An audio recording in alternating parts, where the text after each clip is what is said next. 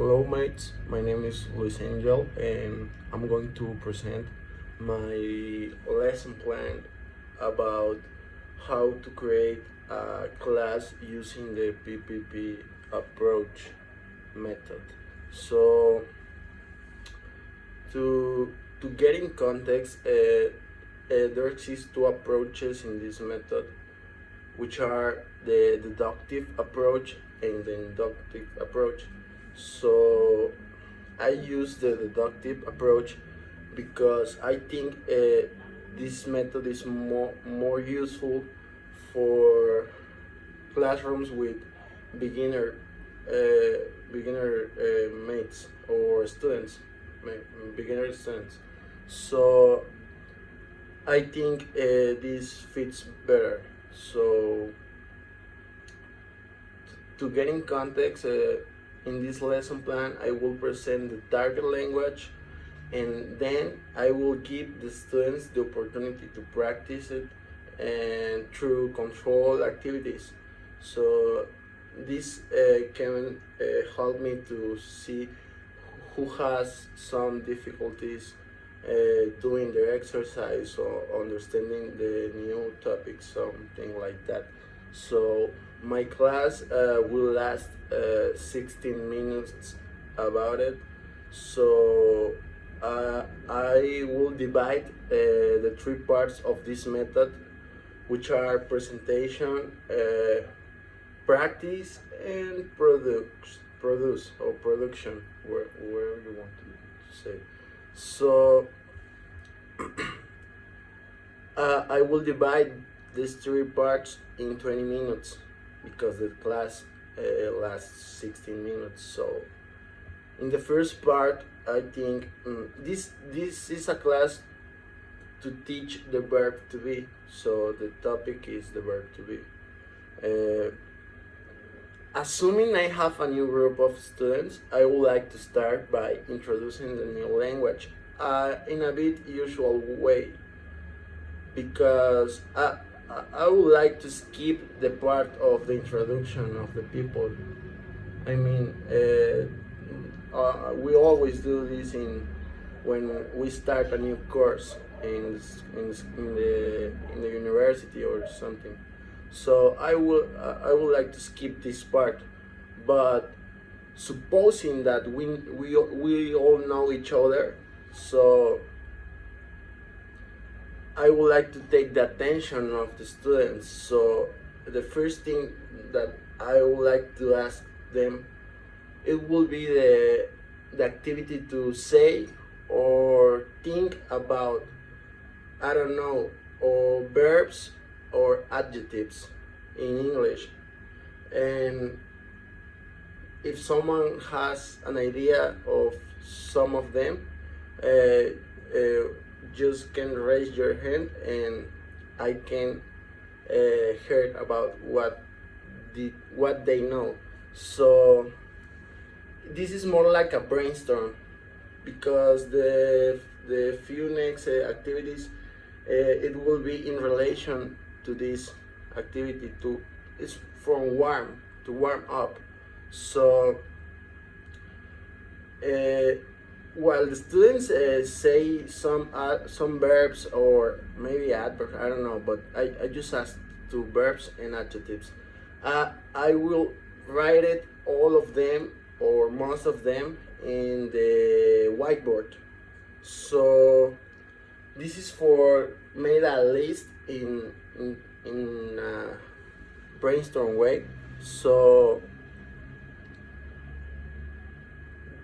after this part, I begin with the real activities to do the exercise, because in this case I would like to write a sentence in the whiteboard to explain the structure, the grammatical structure of the target language.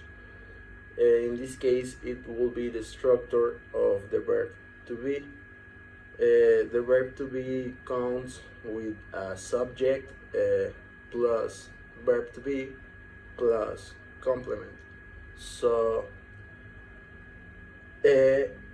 I will write this in the whiteboard. So in every case that in the next activity some students has adapt or didn't remember about how is structured the language, they can see it or they can look at the board, so it can it can help us to get a better idea.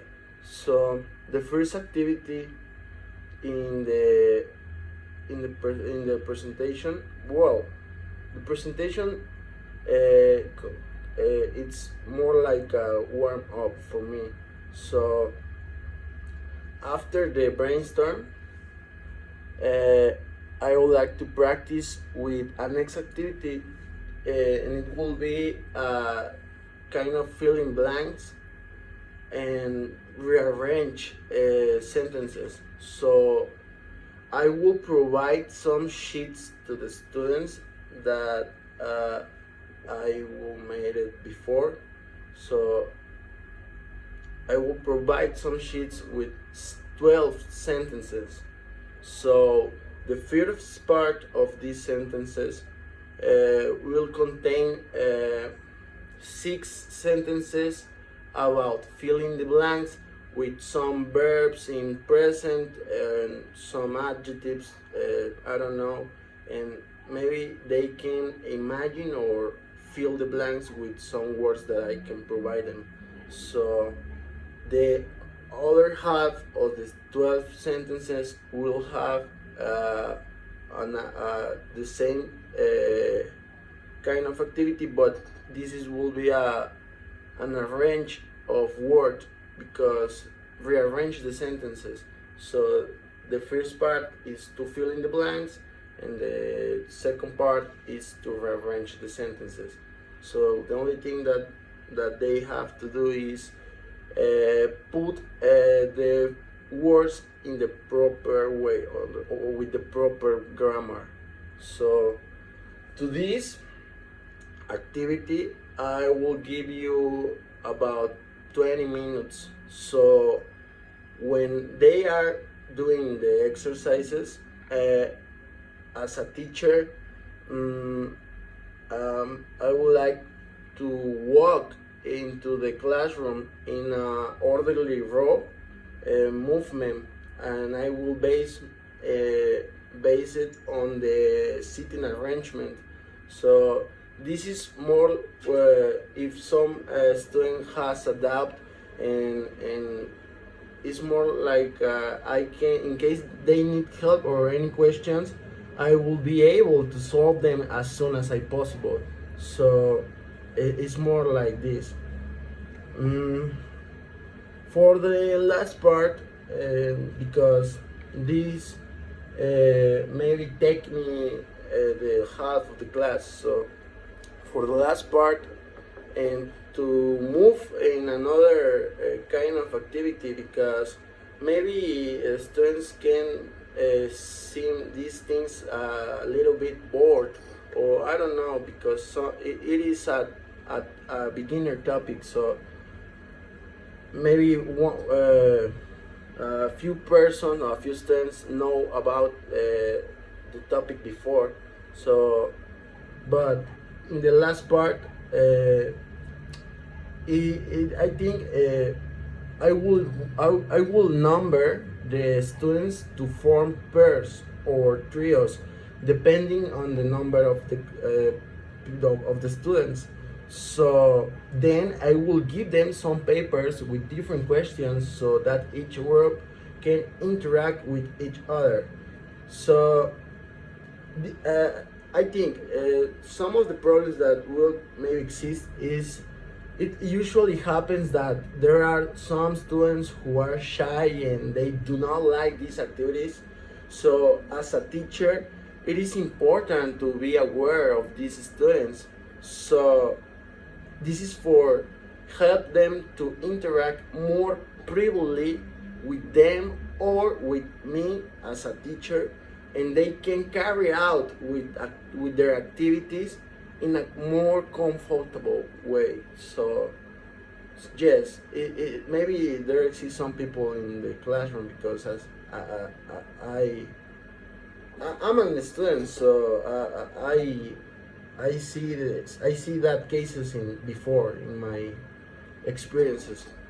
So I think this part should be more free. And as a teacher, I always try to be creative because the class will have a good interaction for the students. Because maybe as a student, we can look as a class as a church or as a problem or something that you don't want to do because you don't like it. So as a teacher, I will always try to do my classes or my activities different because this made me to don't get bored with my stuff. So in this part of this method, I think the activities have to be more free for the students. So to the end of the class, I will ask for 2 or 3 volunteers to give a brief conclusion about what they understood about the topic, and lastly, I will give you my own conclusion as a teacher to try to eliminate all the doubts for confusion, or that maybe still or exist in the student yet. So this is basically my first class. So I hope you like it. So see you later.